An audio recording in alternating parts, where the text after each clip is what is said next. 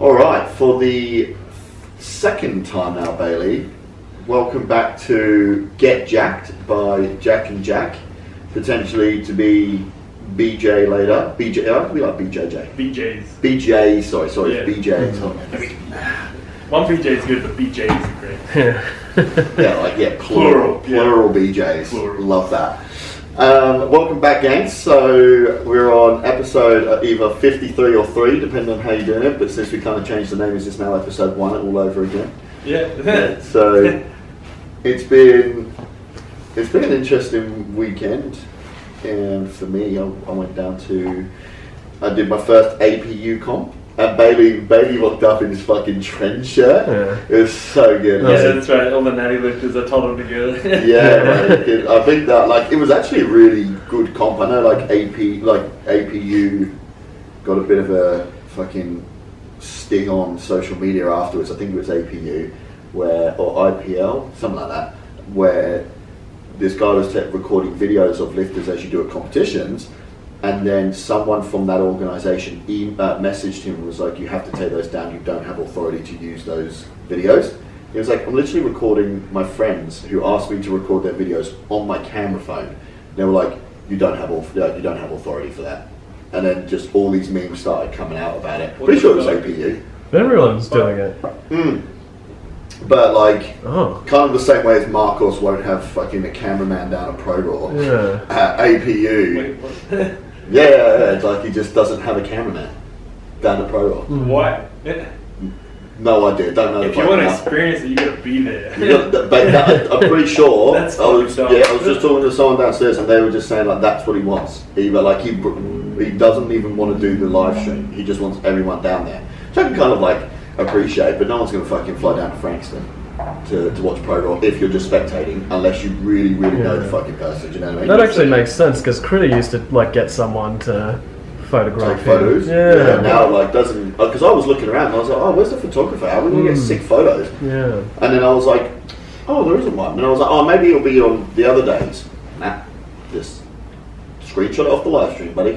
What the fuck? I know. But anyway, down at APU on the weekend, really good comp. Had it was probably my second favourite comp that I've ever coached at. First one was down at, it's the bar when I took Nat down to that strongman one. That was really good, just really good vibes down there. Big energy. Yeah, just really good energy. There was something that, I don't know how powerlifting could do it, but they had 2 events running at the same time. I think for example, they had the silver dollar deadlift and the stones going at the same time, so you could just cross between. So it was really, really cool. It was the versatility of strongman there. But where was I going with it? It was actually a really fun comp, really good vibes. Lots of natties just chilling with no traps. That's the one thing that I realised, there was no traps in that place. And some good lifts as well. Some good lifts by, I don't think everyone was novice per se.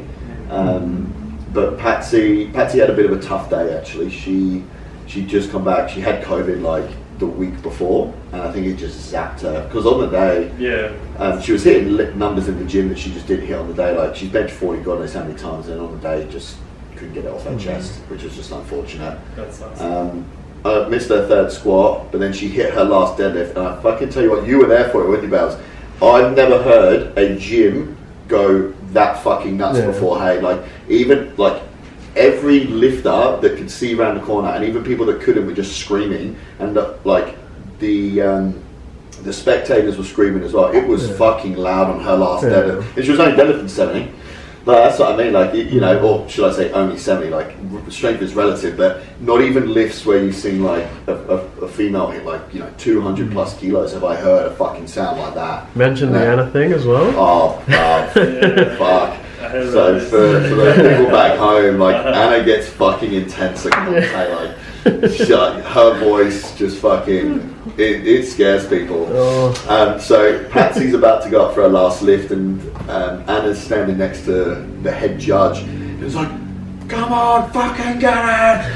And then the judge, who's got her hand up, kind of looks out the corner of her eye at Anna who's this crazy bitch? Screaming and shouting.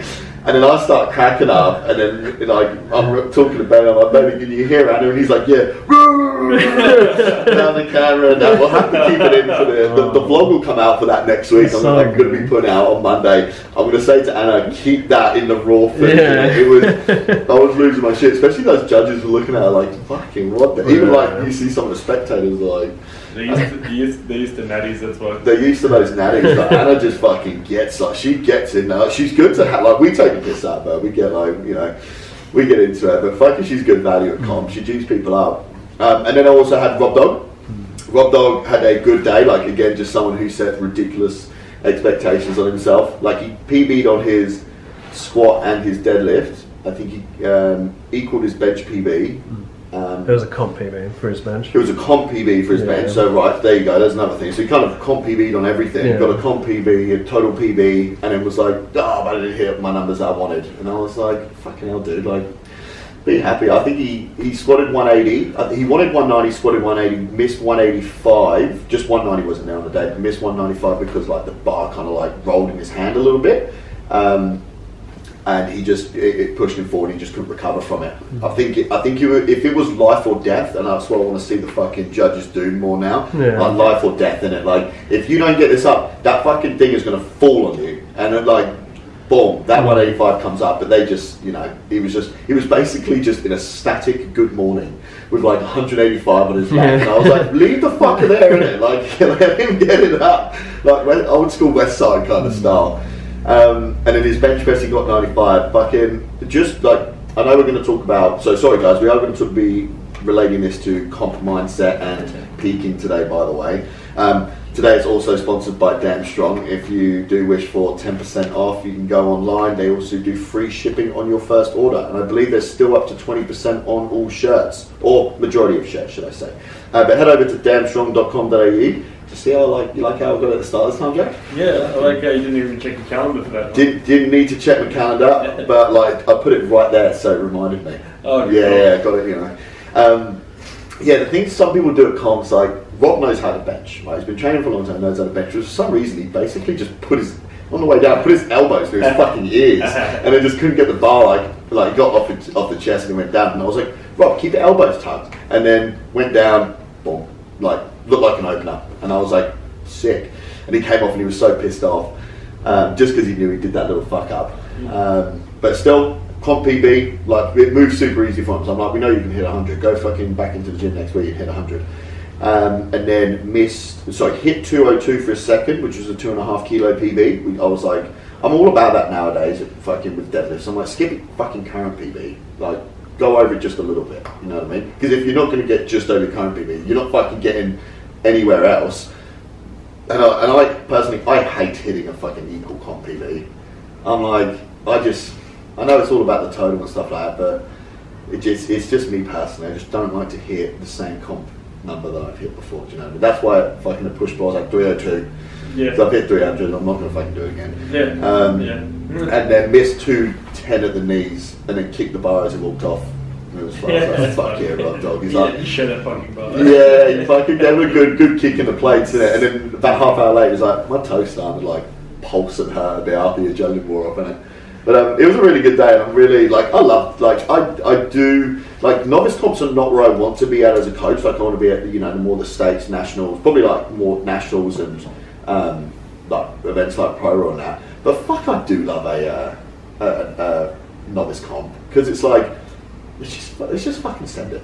Let's just have a good day and fucking send it. But anyway, that's enough for me. Big Jack, what do we? Actually, do you want to give anyone a rundown? You got anything to say to the listeners? About? I don't know. What have you been doing? Oh, did you tell them about your new sword that you got on Elden Dick No. That's secret. It's a secret. Yeah, if you want to know, you have to talk. Slide into his DMs if you want to know about Jack's Elden Ring. You got to get New Game Plus to work that in. Oh, true. That's way too complicated. 160 hours on one fucking character. You're fucking. One playthrough, yep. Oh my lord. Yeah. Well, what are we talking about today, Big Jack? Because you've come up with one.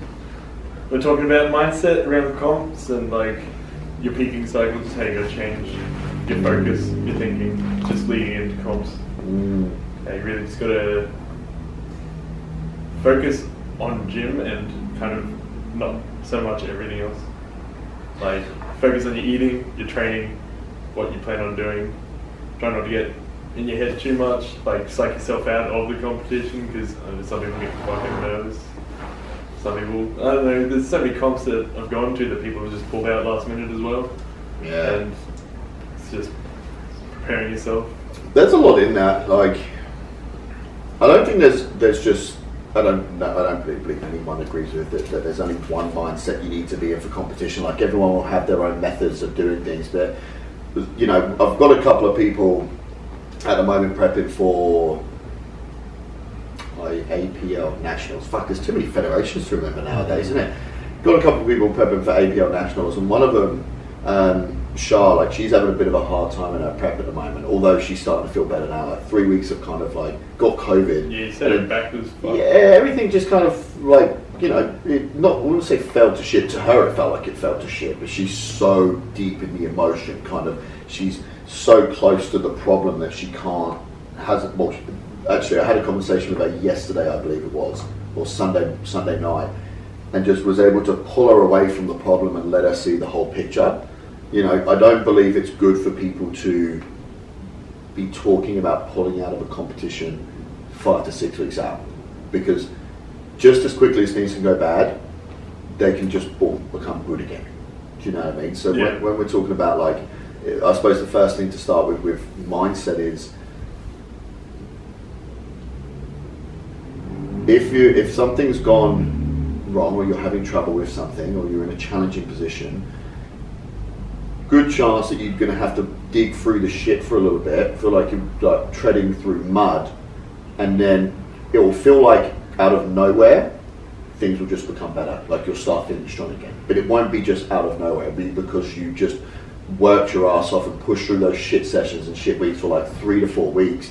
Now, if we're talking about peaking in terms of the programming, the last 4 weeks, that's where you peak, kind of, you know what I mean? Like, but maybe up to 6 weeks later, depending on the lifter, their level of their expertise in that. But really, the last 4 weeks is your peak. Now, will you get any stronger during the peak? No, but at that point, like, you're already as strong as you're ever going to get anyway from all those hypertrophy and strength blocks. It's just perfecting the technique with those heavy loads, essentially. It's just skill work. It's just that one rep that you're just focusing on. Yeah, it's learning the skill of lifting maximally.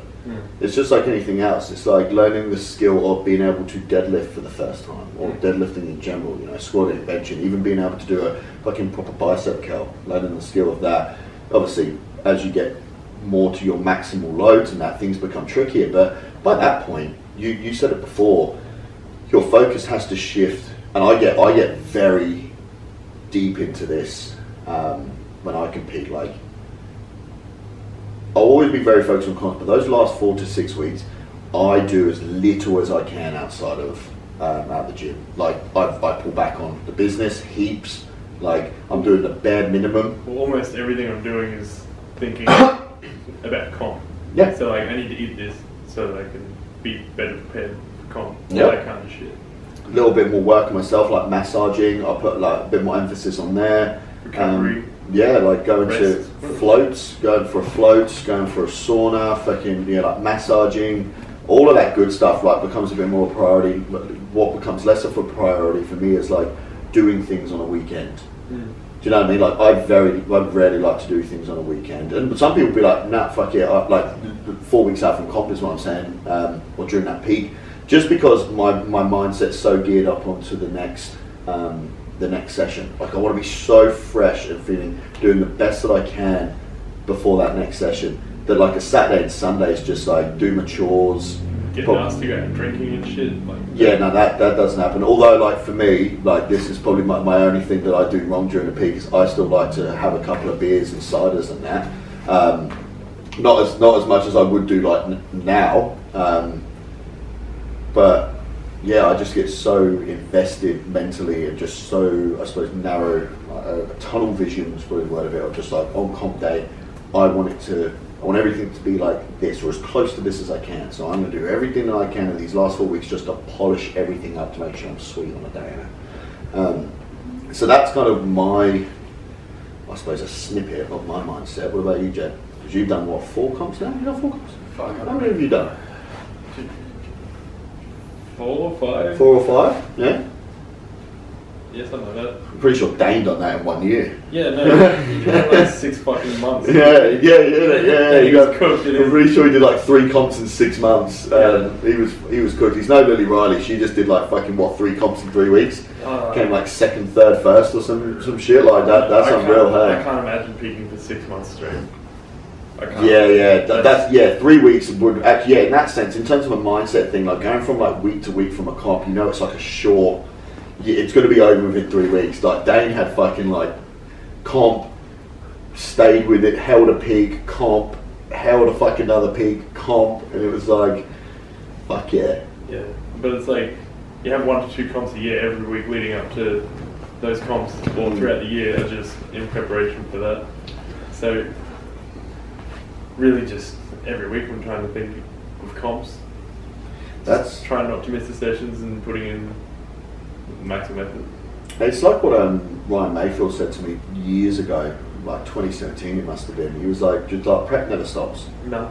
You know what I mean? Like when I was thinking about the topic, like today's topic after you told me about it yesterday, I was like, that's the first thing that came to my head. It's probably the thing I should have started with. Like, prep never stops when you're a powerlifter. And for some who's listening to this, they might be like, oh yeah, I might have a little bit of a break from powerlifting and stuff like that. There's nothing wrong with that, but I know for people like me and you, every training session is not just a training session. Like, it's a training session to improve on some aspect of my lifting so that when I next compete, I hit an in-personal best. And it's always like that. Like, I think of it down to the smallest thing of like today, of how hard can I jam my neck into the bench, like, because that's one area that I know I'm failing in, and even if it's like 2% better, I'm like, fantastic. And today I did a fantastic job of jamming my neck into that fucking bench press, because I had deadlift first as well. Oh shit! My elbows are feeling so spicy after yesterday, and now my right elbow is feeling a little bit sore down in the tendon. But squats yesterday. No. I had bench yesterday, and then I had deadlifts this morning. I don't know what it was. I don't know why it is, but they felt fine once I got to bed. Like, once I actually started benching, but I laid over that foam roller for, it must have been like 2.5, 3 minutes. I was like, going from deadlifting where I'm in a slightly flexed position to then benching. Like, for someone like me, fucking pretty like jacked up in his upper back anyway. It's just so much meat there that won't fucking relax. I just laid over it until I felt my back just kind of like. Not even the clicks, I just feel it was just like, and I was like, excellent, right, now I can get to benching. And I had a much better session than I did yesterday.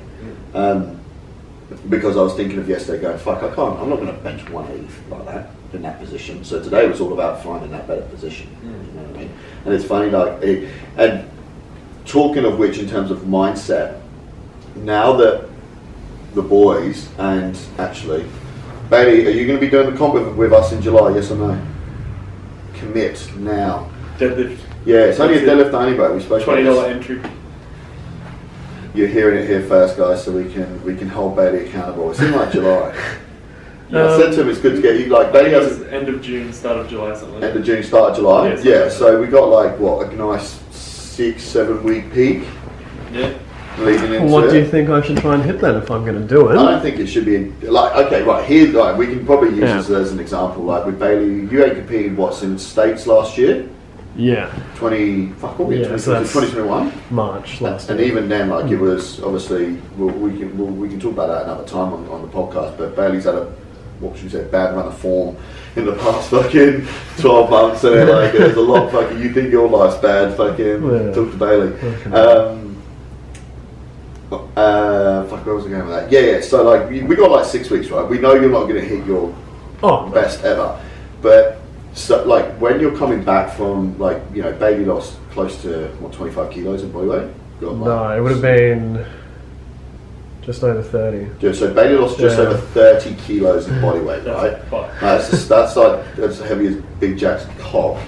That's a lot of meat to lose, right? So he's not going to come back and hit his best ever, but it's all about laying almost like a landmark or a checkpoint or whatever you want to fucking call it, a milestone to go, okay, this is where I'm at right now, especially right? Thinking long term, since you want to compete this time.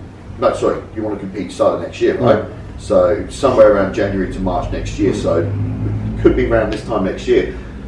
If you go out and max out at a fun event where there's no pressure on yourself and see what you hit, you then can go, okay, this is where my deadlift's at right now. So because I remember you saying you wanted to hit your current number, like you wanted to get back to your best numbers by this time next year.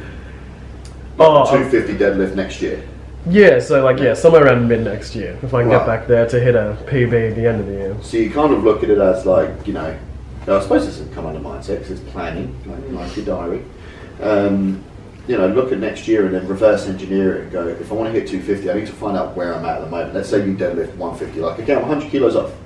What can I see in my form, positioning, do I need more size, what it is to be able to put 100 kilos on my deadlift by this time next year. I'm all about just find out where the fuck you're at. That's why I put Patsy in. I tried with her, like, she's only been training properly for 6 months, and I was like, just go find out where you're at. Yeah, well, it's not even an accurate representation of where she's at because the COVID the week before just... That's right. So it's frustrating, that part. So, Bailey, if you've got a question. Yeah, doing a little Q&A with Bailey now. We just completely gone. But I suppose it kind of sticks to the topic because we can talk about planning and mindset and how you're going to program in it. That's what we were going to chat about, weren't we, Yeah. Yeah, we're still on topic. Fuck yeah. Yeah. Well, just reiterate it if you can't hear me well. But one big one for mindset is how much of a not progress we made for years, and how people give up way too soon, especially coming into peaks for competitions. Like how many times we didn't hit a PB. How many times I came and hit my current PB and I was like, fuck this. And alright, so what Bailey's just said there, because Big Jack's fucking biting at the microphone to comment on he's ready to roll on that one, is basically when like people haven't hit a new personal best for 12 months, 2 years, whatever it is, and then they even 6 months or 6 months and they jump, like they drop out of a comp too early. Yeah, so what were you going to say on that, Jack? I was going to say some people just don't even stick at it long enough and they don't look at how they've been doing their week to week objectively. They've been probably going out drinking, they've been fucking around, they've been doing something to not help them increase those numbers. People love to blame the fucking love to blame the things around the thing, around like the main thing in it. Like they're like, oh no, it's not really. It can't be. It's something to blame. It's fucking 100%. ridiculous. You don't need to blame anything. You can just own it. Own the shit. Yeah, and it's like, Like the best thing that people can do, right, when it comes to this is like know what the problem is and just be honest with yourself first of all. That's one of the hardest things people struggle with. Just be honest with yourself, and if you fucked up, you fucked up, right? Then, like I said, be solution minded. People don't think that way though. Yeah, some people just it's funny, I don't understand how. Like, what did their fucking parents do to them? They emotionally started when they were a kid, bro. Like, how do you not think like that? I genuinely don't know. I think it's because I'm always so solution minded, especially if I'm in a situation I don't like to be in. I'm like, okay, where do I want to be? And then I simply just like talking about Bailey's thing now. I just reverse engineer the process. Do you know what I mean? Like when I didn't fucking talking about that. I didn't hit a comp PB on bench for 4 years. Yeah, mine was. And I went through like and then you hit 2 PBs in like a couple months. Yeah, then it went and hit 2 PBs in a couple months, and it's because I was like, I think what people struggle with is when they're in a situation they don't like to be in, so they will go, okay, this person might be able to help me, and they go to the person. Or they do something new and it doesn't work, and they go, oh fuck this, I'm not going through that again. They won't then go, okay, that didn't work, what next? Okay, that didn't work, what next? Okay, that didn't work, what next? And that's basically what I did for fucking 4 years with my shoulders and elbows. What next? What next? What next? What next? What next? And these things take time. Like when I'm saying like 4 years, that's not a very long time when you're working with a coach for 12 months and you don't just, automatically. You had to go through a process, that coach's process, So I was with Thomas Lee for like 18 months and it got a little bit better, but it didn't stop it. And then I was like, all right, I'm seeing this fucking Tom from Perform Motion. His lifters are benching pretty fucking good, and he's trying something completely different outside of just focusing on the shoulders. He's talking more about like rib cage, like sternum angle, flat foot benching, which I wanted to do. And then boom, just did everything that he said. And then I went from, what was my bench? 150. I think my best bench was 150. Yeah. Was it? And yeah, 150 to 162 and a half. You know, 160 a comp, and then 150, then 155, then 160, so 162 and a half, something like that. Yeah, I was at 150, and then I benched a new PB at 155, and then I think I went 157 before comp, then 160 at comp, and then me and you were down at the bar, and I benched 162 and a half for Kelsey's thing down there. So yeah, I think like you say, yeah, people need to not put. Huh? Rest in peace. Rest in peace, Kelsey, bless her. Yes. I can't remember what I was going to say now. Fuck you, just... You talk about your bench? Yeah, my bench. It's so fucking benchy. Fuck it, like, fucking takes me off track now. I'm like, fuck you, man, I'm coming back to you. Because I'm good at doing it. Yeah, so say yes or no right now. Yeah, I'm done. He's going to do it? Right, so Bailey's committed here and now. Manipulating Bailey. Yeah. Oh, So, you've got, like, absolutely. so we can kind of use, like, you wanted to talk about peaking into a comp, yeah? We can kind of use, like, like what we're doing now as an example. Yeah, well, we got 6 weeks. It must be about that, yeah, 6 weeks. Yeah, okay, so we start peaking this week. Yeah, and like peaking, there's so many ways. There's more than just one way of peaking nowadays. Hey, like it used to be, you know, you start off at triples and then you slowly work down to doubles and then singles and then. Well, I feel like did a whole last block really because I had 2 sets of 2. Yeah, doubles. Yeah, I had doubles for deads. And this is where like peaking. Oh fuck, man, we could be here for hours. By the way, talking about just peaking alone because like peaking for a beginner is completely different from peaking definitely. for someone who's more advanced.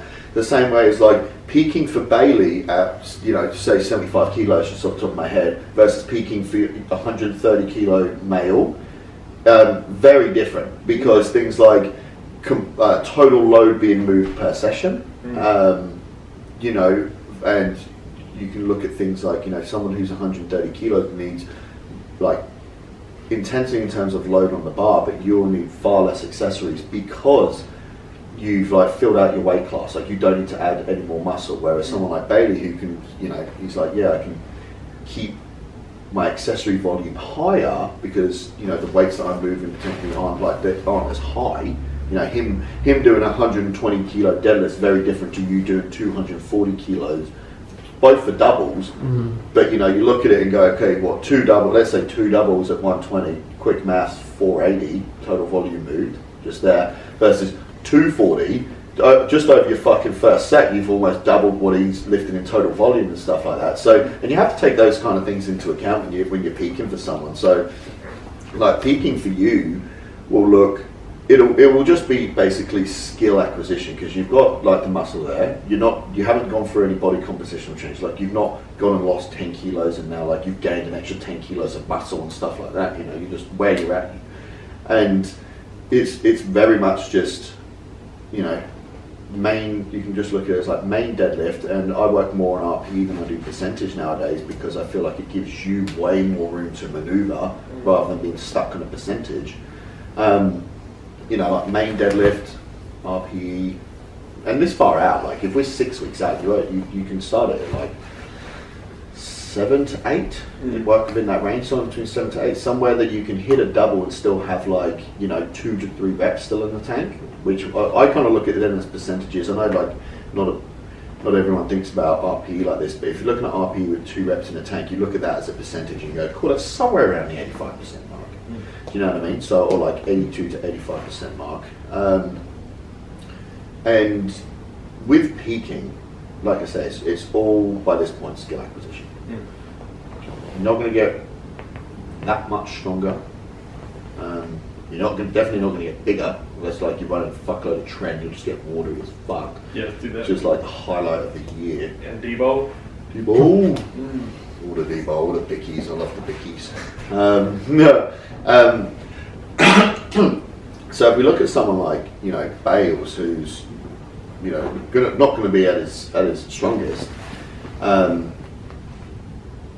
you have to look at there's parts that's on the coach and then there's parts that's on the lifter. We can talk a little bit more about that. Where like the coach can only really influence what the lifter does in the gym, in terms of like actually influence, where you can like either in the gym or through online coaching, regardless, like you can manipulate the reps and sets and the weights that the exercises that they're doing. But with the lifter, when you're looking at someone like Bells, it's like, okay, cool, he's just come back he's just lost like 30 kilos. He's on his way back up. But what's his fatigue like? Yeah. So you got to manage fatigue in that way. Yeah, right? fatigue management. Yeah. Recovery. Are they going to recover enough for the next session? Mm-hmm. That kind of shit. You know, and someone like Bailey could get away with deadlifting and definitely not kick the camera. Could definitely get away with, deadlifting twice a week, with one as a pretty high volume day and one as a more of a heavy day, versus someone like yourself. You probably still could do that, but you wouldn't have as much volume. You might do like a 3 singles or some shit. Yeah, 3 singles, and then like maybe on a couple of days later, or before, you might want to do like some sort of like deficit deadlift movement. For a little, when we're talking like a little bit more volume, because if you're saying 3 singles, you're doing 3 total reps, and you're probably going to move somewhere around at least 250 kilos plus for those singles, right? So you're going to be doing 3/4 of a ton on that day. Then, but on the deficit deadlift day, you might drop the numbers back to closer to 200 just for easy maths, but you're doing 3 triples. So now you're doing like 9 reps over 200. You're still moving a lot more. You're still moving. What quick maths mean? 2 times 3 is 6. So you're moving over a ton on that day, but but then you kind of look at it and go, okay, cool. How far do these sessions need to be apart for you to recover before the main day, which is going to be your 3 singles? Yeah. So. Programming can be like, doesn't even need to be that complicated. Like peaking can be super simple, but I often will I've got templates and proven programs that I've used on lifters before that I know will work. I like to just kind of go, well, what about this? Yeah, well, I've noticed leading up to comp, if it's a 3 lift, it's mainly just 4 exercises for the whole session. It's just the main lift, back offs, and then 2 accessories, and that's pretty much the whole volume. Well, yeah, and so that's really all you would need.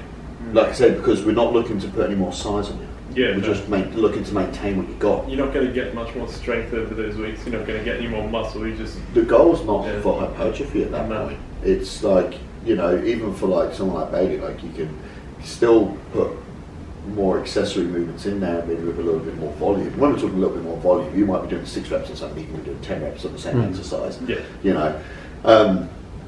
Or you add an extra set for him or something like that. But yeah, it's really just to hold the mass that's there, maybe get a little bit bigger if he's going to be continually gaining weight into comp.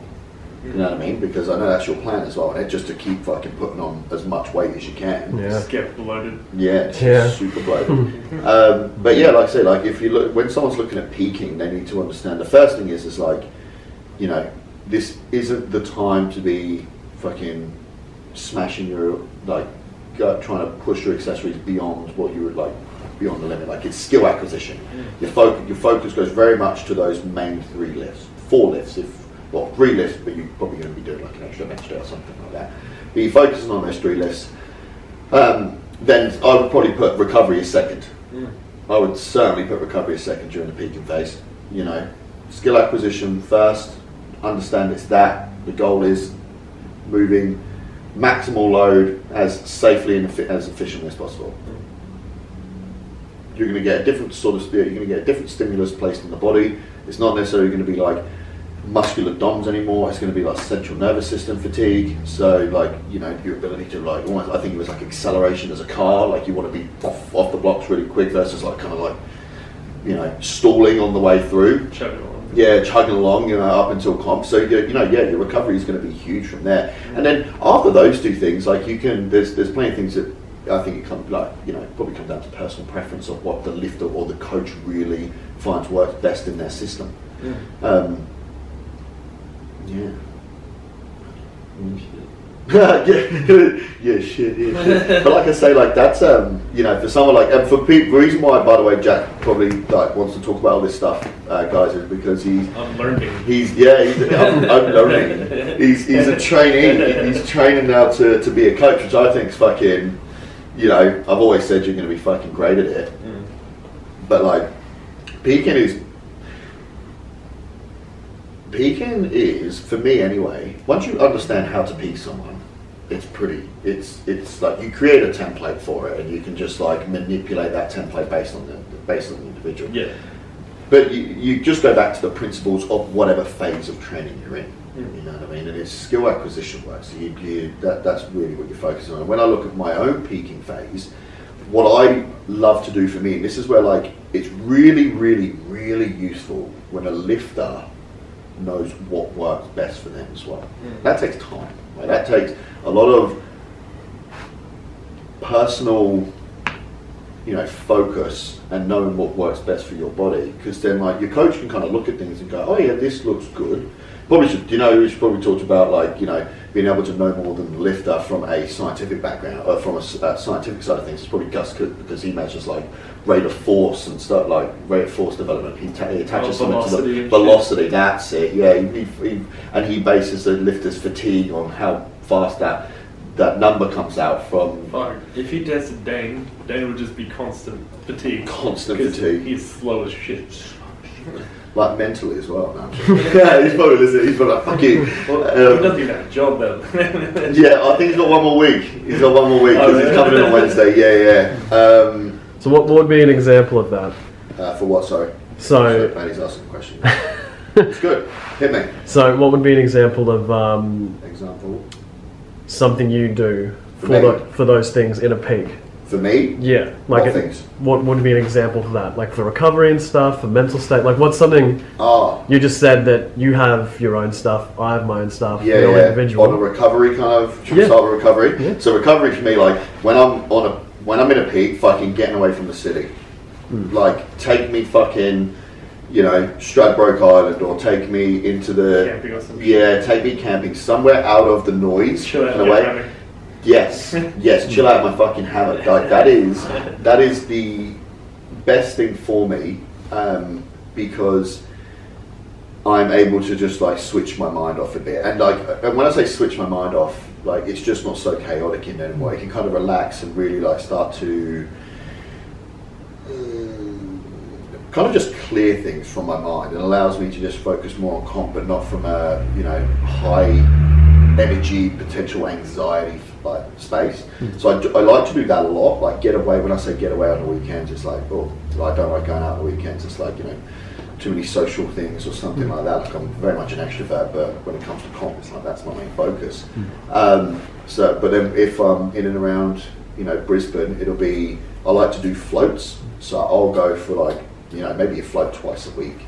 I'll get a massage once a week. It's a float. Float tank. So you basically lie in a pool or a bath filled with magnesium, and the magnesium just allows you to float there, and then your body absorbs it. And they say you get like 3, like you're in there for an hour. Eventually, you kind of fall asleep. It's worth like 3 hours worth of recovery for your body. I'm picturing a float tank like the Ben Affleck Daredevil, what he sleeps in. Yeah, it's supposed to be like coffin filled with water. I don't know what that is. Yeah, it's supposed to be like sensory deprivation sort of. Yeah, that's it. Yeah. So I like to do that. There are ones that are like that though. and relax in that way. I've never seen one. I'm gonna have to Google this in a minute. I'm not a nerd. Watch Daredevil with Ben Affleck in it. I think I did watch that. That was old, wasn't it? Like when I was a teenager. Yeah, it was terrible. Yeah, it was terrible. Yeah. He had some weird way of seeing fucking shapes and shit. But anyway, so that massage. Sex is always a good one as well. Sex for me is just cardio. Fucking cardio. Nah, because like it is cardio. Slow and deep, man. Slow and deep. Let it build. Take your time. Like I'll be fucking running Trent at that point. I can't be going that fast. I'll be sweating too much. I need like a heart attack. Yeah, I need an aircon at 18 blowing at me from like half a meter away. Sex is a great one as well, for me personally. So those 3 things, and then like outside of like that's from a like mental standpoint, but hydration, that's a big one. I'm always pretty on point with my food anyway. Like, so I will say food, but because I'm, I eat the same thing 5 days a week, and on the weekends I'll just be mindful to keep my protein nice and high, or what it should be at. And normally I'm comfortably in my weight class, so it don't matter if I gain a little bit of weight. And then the other one, which I'm always on point with as well, is sleep. Like, but I'll probably push it a little bit harder in peak. Like I'll do, instead of my average, at the moment I'm probably getting about 7.5 hours. I'll aim for like 8 to 9 hours. Do you know what I mean? Because there's nothing, you know, at the moment I'm like, oh yeah, cool, I can sit up on the PlayStation for an extra hour at home and relax. But then I'll, you know, when it comes to peaking and getting closer to comp time, I'm like, I could probably do that extra hour. If I get that extra hour for the next 5 days, that's an extra 5 hours I've slept this week. It's pretty good for the body. Yeah. Do you know what I mean? That's what I've been doing with work. Yeah. Because I've just been not playing at night, because every time I go to play it's like 9:30. Oh, I've got sure. to shower and shit, I'm like, I don't see the point in playing for half an hour. Do you know what you got to do? Let's go to bed. You've got to not shower. You just go home, just turn on the fucking PC straight away in your sweaty boxes and just bang off you go. Nah, I can't do it. Just do it. Nah. You know, like, I've done that before. I've just got home and I'm like, I don't even want to fucking do anything except play the PlayStation. I walk past the fridge and grab a fucking beer while I do that, or I'll just be like, and then I'll start playing PlayStation 20 minutes and I'm like, nah, fuck this, I can't be arsed, I'm too tired to like focus on it, so I'll just stick something on the TV, and then it gets like 10:30 and I'm like, fuck, I better have a shower.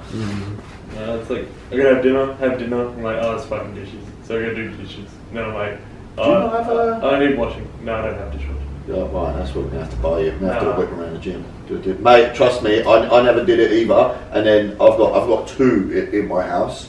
Right, I've got 2 fucking dishwashers. Yeah, 2 literally, one on top of the other. What the fuck? Yeah, it's like drawers, you pull them out. I didn't realise it until like maybe, I've been in there like 4 months now, and I didn't realise it until like 2 months in, I had the second one there. Yeah, I just shove everything in the dishwasher, boom. So it's just time efficient, dude. I'm talking about time, boom. But back on track. Yeah. So Jack's talking about recovery. What are things that change for you when you're getting into a peak training-wise? Training-wise? Yeah. So what would be different compared to your normal training compared to when you're in a peak? Like what things work for you?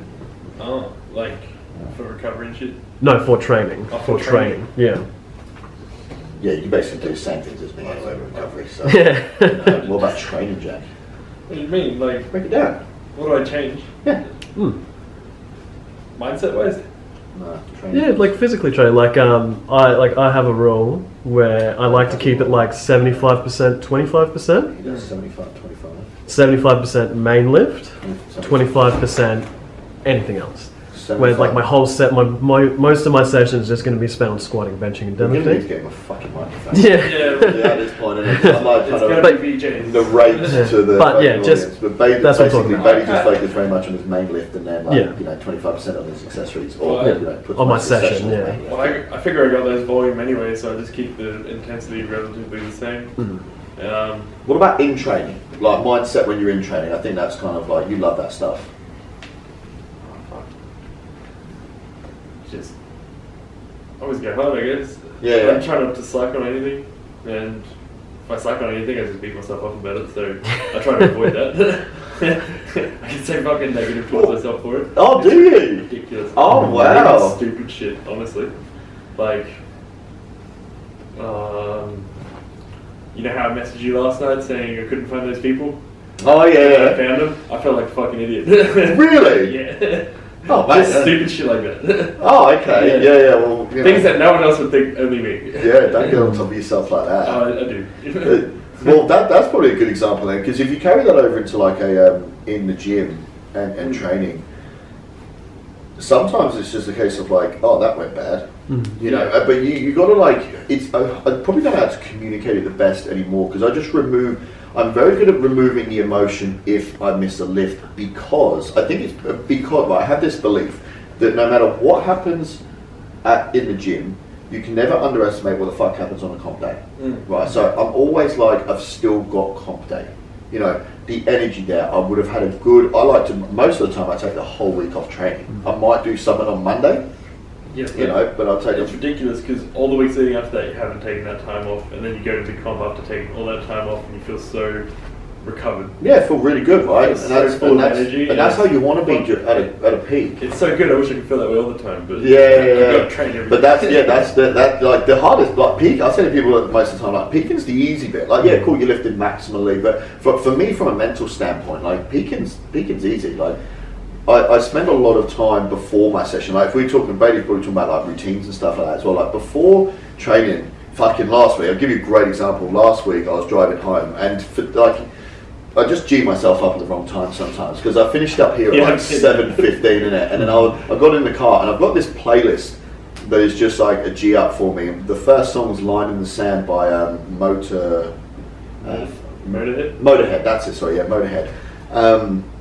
And it starts to get, when they're playing that song, I picture myself at comp. I've just got this little playlist that just make me think about competition.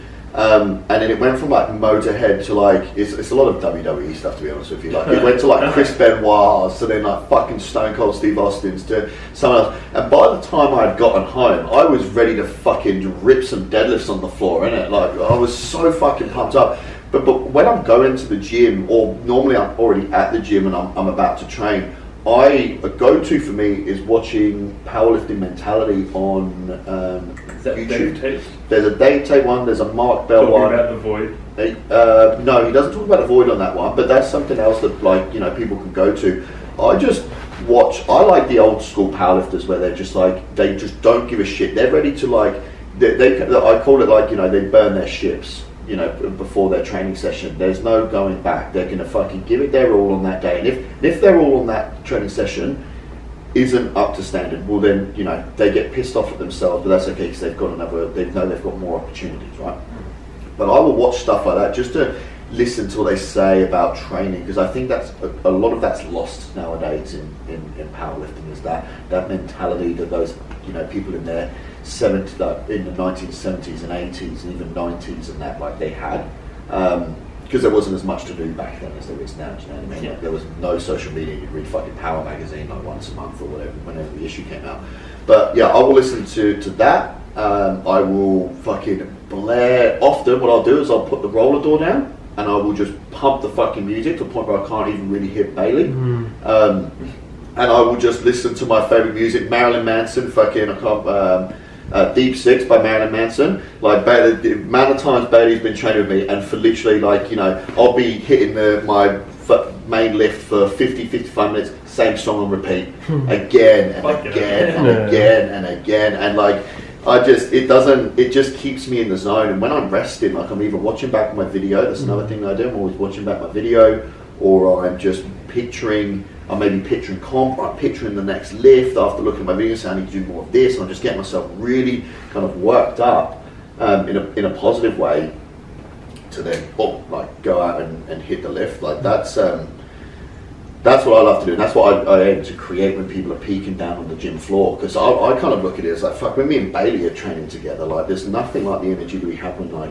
you know, remember that night I was deadlifting with you, George, January and all that? Like, I was like, fuck, like, energy there's sick, and I know that, you know, I can make it even better if I'm on the gym floor, like, you know, lifting with you guys, and most of the time I can't, but so I'm there to, like, you know, yell and put the fucking tunes on and stuff like that.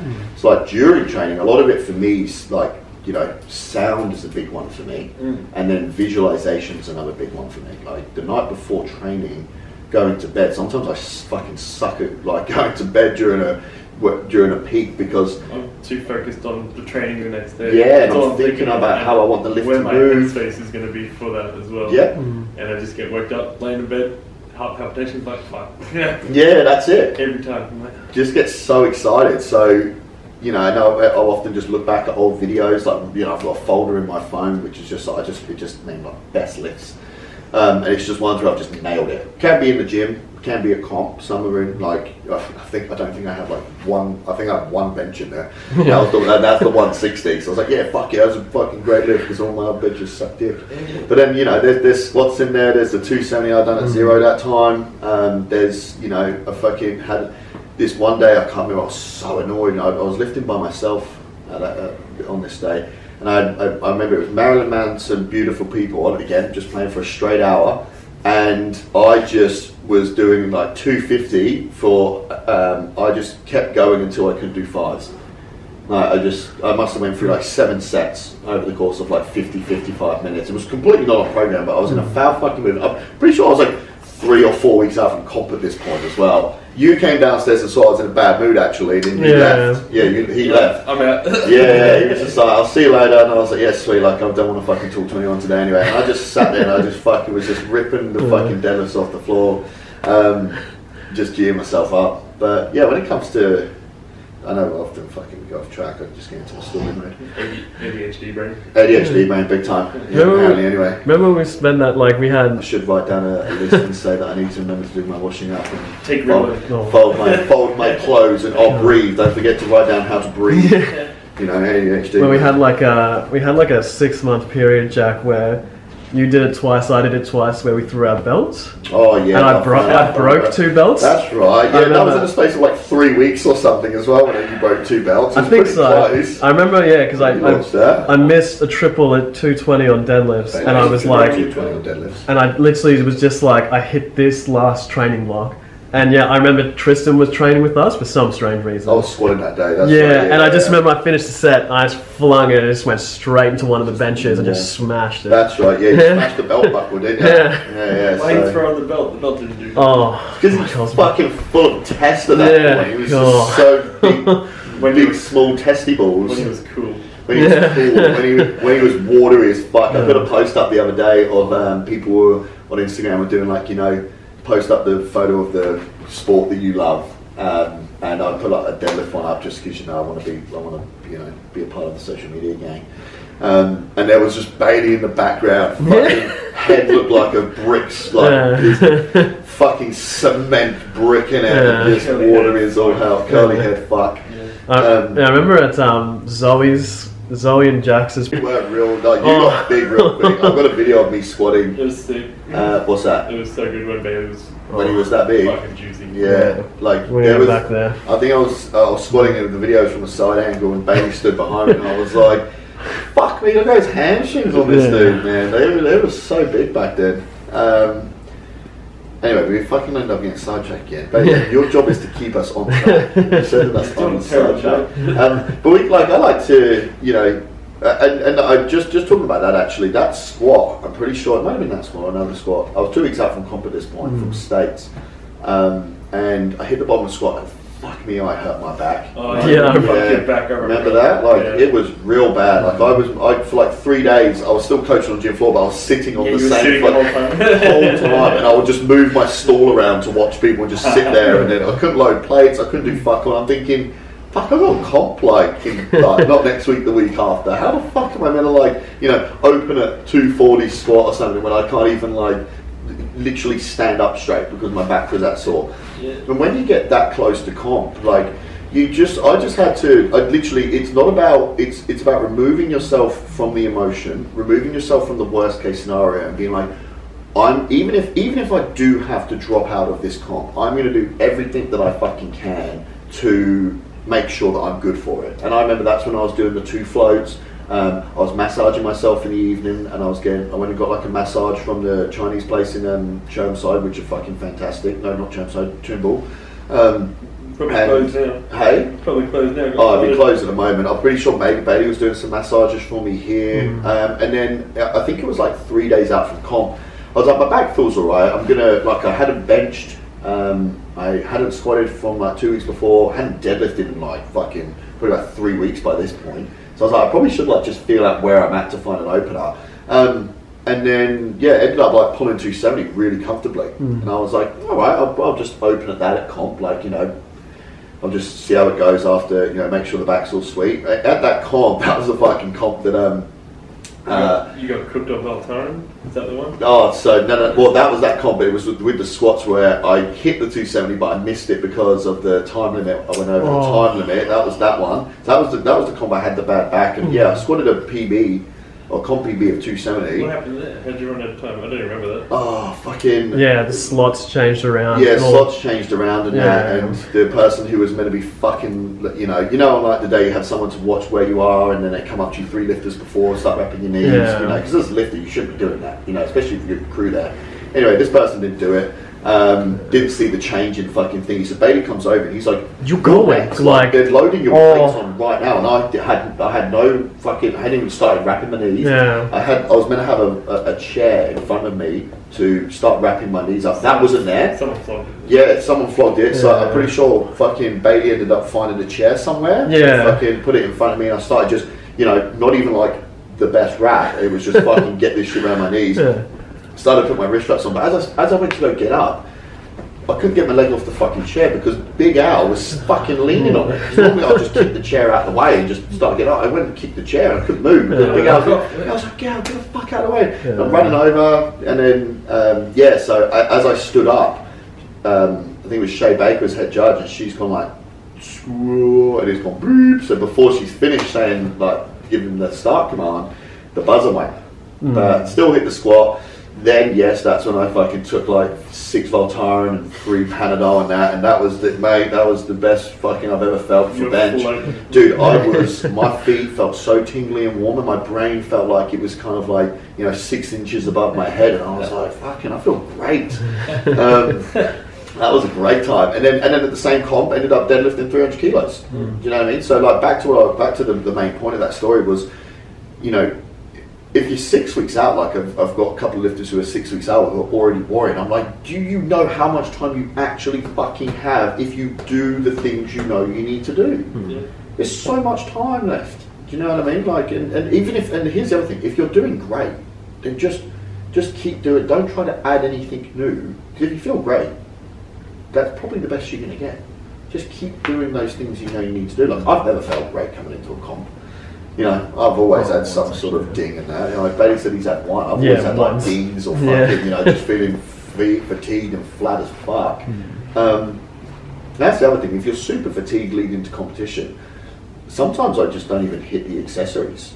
Sometimes it's like, this is, because you have to think for the next session or the following week. Like, if you're super cooked after your main squats, and say you do like a top set of squats and some back offs, and you're like, I'm fucking cooked.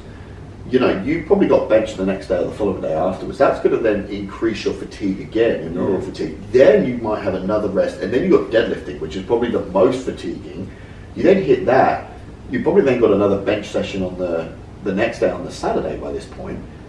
Again, increasing fatigue. Then you get one day off, and then you're back to squats again. Yeah. Do you know what I mean? So sometimes it's just best to, like I say, you maybe said it before, like it's 75-25 rule. Like, get the main work done, because at that point, 4 weeks out, that's what really matters most. If you want to get your accessories in, cool, go in the next day and just fucking do your accessories. If that what makes your mind feel good, sweet as. It probably won't do anything anyway. It's not going to make any bigger. But for some people, they just need that. There'll be some sessions where I'd hit my top 2 singles on squats, and then maybe 2 or 3 sets of back offs, and I'll just be like, I'm fucked. I'm royally fucked. Like, I don't want to do any accessories. And there's. I used to, back in the day, be like, I have to do my accessories because if I don't, then I'm a fucking pussy, and fucking, you have to get all your shit done because everyone else would. And there's a time and a place for that. There's a time and a place from you just being a fucking wuss, like you just don't want to work hard, to, hold on a minute, you're pretty fucked, like not just, feeling fucked, but just on the way that weight's moving, you're looking pretty fucked. You're best off just resting now so that you can, try to reduce that fatigue as much as possible. Yeah. And when it gets to, like I say, when it gets to comp, like those are the top 2 things for me. Moving well in the gym, and then like moving maximal weight really efficiently, make sure your recovery's there. Everything else can wait till after competition. Go get fucking swole after that. Go smash your accessories and get a sick fucking pump on your biceps and shoulders and that afterwards. Or do your fucking ridiculous weight cut before, like after. Yeah. You're gonna lose some strength if you're gonna do a strong as like weight cut. Yeah, some people have some people mess up their weight cuts a lot. Like I've only really started to do weight cuts a lot with a couple of lifters in the past 12 months. Like, most recent one was Anna leading into Pro Raw. She weighed in yeah, she wanted to be in the same weight class as Charlotte, didn't she? Yeah, well, she, fucking a week out, she's like 63 kilos, and she's fretting about it. I'm like, it's all right, like, we can, it's a 2-hour weigh-in, right? So it's different. A 2-hour weigh-in for a weight cut's very different to a 24-hour weigh-in for a weight cut. So I was actually, it hit me, I was like, oh, fuck, I actually better just do a little bit of research on this. So I just had a little look online about how a lot of the IPF lifters over in America do their 2-hour weight cuts and stuff like that, and how they would...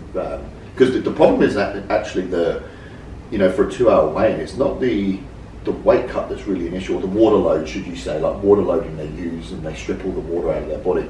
It's that the dehydration isn't the biggest issue for them. It's the rehydration process afterwards. People don't often rehydrate well enough. So I said to Anna, I was like, this is the process. This is what we're going to do. We need you to, we're gonna water load we didn't have as much time then. We had to do like a pretty heavy one, like I think we had 4 days instead of like 7 days. And then, you know, when you to kind of take some nice hot showers, or if you got a bath like the night before, just to really dehydrate your body. Went down, I think she weighed in like 200 grams lighter, and then it was just like, cool, there's some fucking bag of chips, there's some like Gatorade and all that, like hydrolytes and a few other little bits and bobs, just high sodium, lots of fluid just to get our body hydrated again. Then she had obviously, you know, came second in comp. Yeah. But then I did another one with Zoe, and we had a week, and then she was like really fretting about, you know, she was worried, and I was like, it's sweet, just stick to the ward load. And then she weighed in like 700 grams lighter.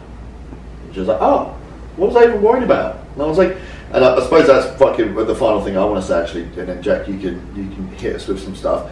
Listen to your fucking coach. Like, literally, you're paying them for their expertise. Listen to them, and if you literally don't believe what they're saying, question them about it. Do you know what I mean? Like, literally go, this isn't making sense to me, or I don't feel like, you know, I don't feel super confident with what you're saying. Can you please explain it? And give them the opportunity to explain it. Because all the time, like Charlotte said it in her past her Raw comp, she was like, mentioned about a deadlift and how she didn't think he was going to go anywhere, but then she just needs to listen to me more because she keeps just constantly hitting PBs. And I'm like, yes, like literally listen to me, because my track record is speaking for itself. Every time you listen to me and you do the things I'm telling you to do, you're getting better, like, bigger and stronger. You know what I mean? And you know, so I suppose that's my final thing is when you're paying a coach, fucking listen to them. And if you don't understand it, or you know, you're not believing in what they're saying, ask them. Have fucking super clear lines of communication with your coach on a professional level, that you both feel safe enough to be able to ask questions and question things. Because I think that's healthy, having a lifter that questions you. I actually like it. They're like, why not do this? Or why are you doing it this way? Or I saw this way. What do you think about that? I'm like, excellent. Like, we might come up with a better idea. You know what I mean? Or it's like, no, this is the right reason why I'm doing this because of this reason. You know, so I love it when lifters like ask me questions or question what I'm doing. It gives me the opportunity. Get a better understanding of what they're doing as well. Yeah, it gives me the opportunity to educate them around it. Yeah. You know what I mean? You know, I spent a long time, you know, learning from people like Thomas Lilly and Tom, and you know, working with, you know, a couple of nutritionists as well, doing heaps of research online about particular things and that, trying things myself and that. So yeah, that would be my final point. Yeah. But Jack, you got anything else to add? I was thinking we could start doing a Q&A, so get people to send us through questions or answer them and shit. Fuck yeah. Just pick out a few, if there is many. We'll find out. Yeah, I'm sure that'll be enough for us to. So if anyone wants to send us a question, or they want us to answer anything for them, just send either of us a message. Well, what we'll do is we'll put a thing out on Instagram.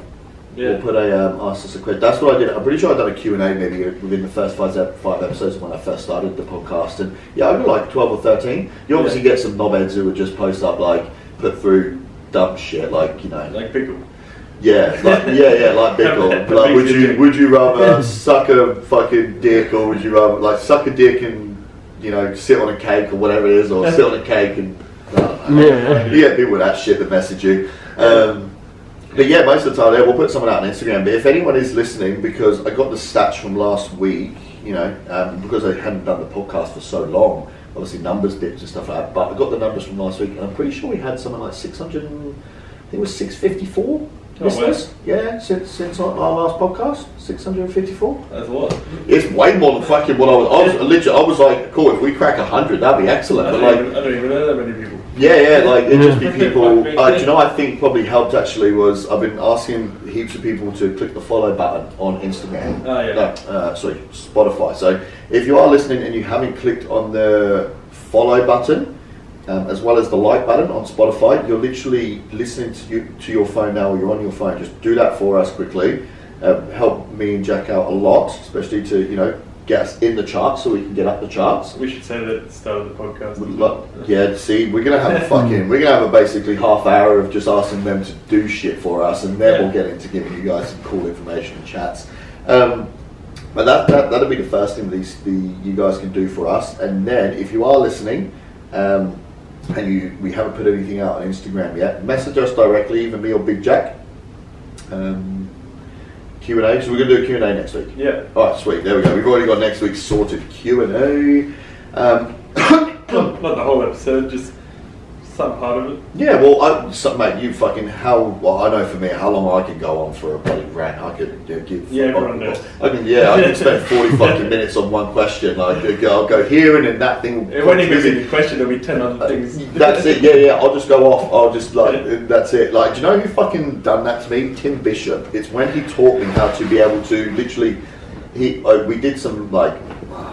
I don't even like the word mindset training. We did this training essentially, like on how to do public speaking, how to talk to people, and he was like, you need to relate this key to that bush, and it was like, create a story around it, go. And like beforehand, he would teach you some techniques on how to do it, but he'd get you to stand up in the room, and you would be given 2 things there and then, and you're standing in a room of like 8 people. We were fucking down in like New Farm in this like $3 million house. I need to trim that bush, but it's behind that locked door. Like the trim is behind that locked door, which is what this is. Yeah, it was kind of like, there you go. So you get it there. But he would add like a third thing in and stuff like that. He would continually make things more challenging for you, and you would have to like do it. I think actually he would like, you have to do it for like 2 minutes. You have to create a story that you would finish on in 2 minutes of how, some thing, but that's how my brain works now. Like, I'll start talking about a subject, and then my brain will pick up on something small in that subject that will ping off to another subject that I can relate that to, and then off we go. And then it's just storytelling. It's just the best speakers from what I've read and stuff like that are good storytellers. So I try to be a good storyteller. So that's me. So Q&A next week. Gonna definitely need to sort out getting a bigger. I can't fucking remember what those things are called, but for Bailey, because we can't just have him bloody talking in the background and me trying to. You could hear him a bit in the last episode. Oh, you could hear him in the background just a little bit. Fucking yell. Yeah. Scream. Yell. Yeah. 75. Yeah. Yeah.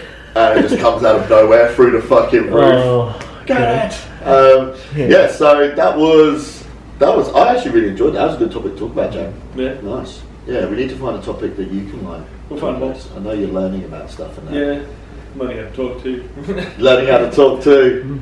Yeah, you're very much a one-on-one kind of guy, aren't you? I'm not a very storyteller. Yeah. Oh, you can certainly get better at it. Like, you just got to think of stuff that you've done and just talk about it. You know what I mean? I think that's the best way of doing it, I suppose. Well, now that you're around like more people, like you got your first coaching session tonight as well, haven't you? Yes, I do. Yeah, Jack's got his first coaching session. Rebecca, yeah. So those guys are in. So there you go. You're probably gonna have to. You can probably share a couple of stories tonight on how you learn how to brace and all of that good jazz. Valsalva maneuver. Just like whenever I think of Valsalva, you're just spitting in someone's face. Yeah. All right, we're getting on the rant now. So that's us, guys. We will be back again next Tuesday, but I put the episodes out on a Wednesday. So again, like, share. Definitely share and follow. Like, those are the big ones. Sharing and following for us does us a fucking solid favour. Send us a question. Send us the questions. Yeah, that's another big one. Send us the questions. We'll put the story out next Monday. Put it in the diary, Jack. Put it in the diary, mate. Calendar. Put it in the calendar, sorry, with the calendar, yep. I just saw you holding your books, I said diary. If you took something away from today, Kentucky Fried Chicken, whatever you took from today, please message me, because I've had a couple of messages, or message Big Jack if you took something away from him talking about, I get a good couple of messages every time we put out something. So please still message me. It reminds me that people are actually listening and taking away something from this podcast. That's the only reason I do it. People take something away from it, do you know what I mean? Yeah. And we'll leave it at that. Right. Enjoy the rest of your week, guys. Hopefully this fucking weather doesn't hit you too bad, and we will see you next week. Bye.